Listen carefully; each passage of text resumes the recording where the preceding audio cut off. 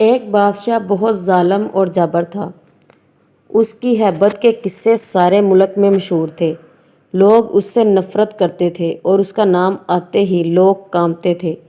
ایک دن جانے کیا ہوا، بادشاہ نے سارے شہر کو مدعو کیا کہ ایک اہم اعلان کرنا ہے۔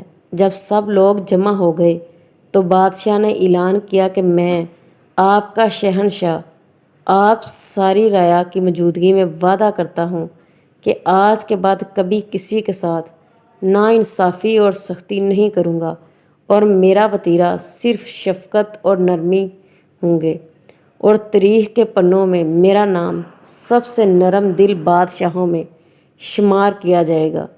سب لوگ بہت حیران ہوئے کہ شاید بادشاہ سٹھیا گیا ہے، اس کو کیا ہو چلا ہے۔ خیر، سب نے سوچا کہ بس ایسے ہی بول رہا ہے، وقت بتائے گا کہ یہ بدلا کہ نہیں۔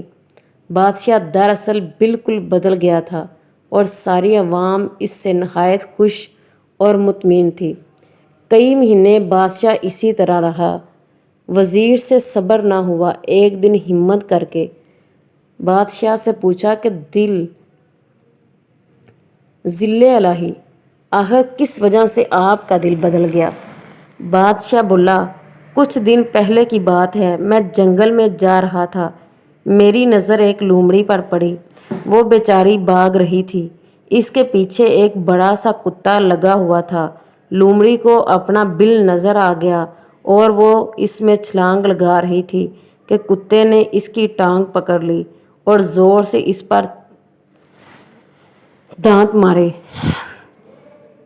لومڑی نے پوری جان لگائی اور اپنی معذور ٹانگ گھسیٹ کر بل میں گھس گئی۔ اس کتے نے بیچاری لومڑی کو معذور کر دیا۔ کچھ دیر بعد میں گاؤں میں پہنچا تو دیکھا کہ وہی خونخوار کتا ایک آدمی پر بھونکے جا رہا ہے۔ اس آدمی کو غصہ آیا اور اس نے کھینچ کر ایک بھاری سا پتھر بیچارے کو دے مارا۔ کتا خود بھی اسی طرح ٹانگ سے معذور ہو گیا۔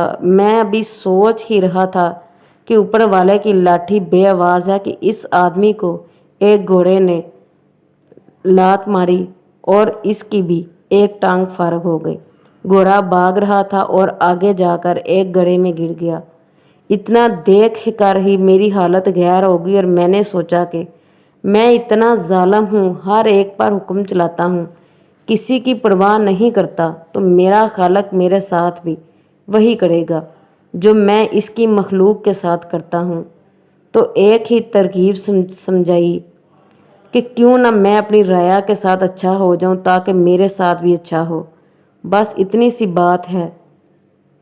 وزیر ایک عیار اور مکار آدمی تھا۔ بادشاہ کی کہانی سن کر اس کا دل نہ پسیجا۔ بے حس آدمی ادھر سے اٹھا اور دل میں سوچا کہ بادشاہ فارغ ہو گیا ہے، یہی وقت ہے میں اس کا تخت ہتھیا لوں۔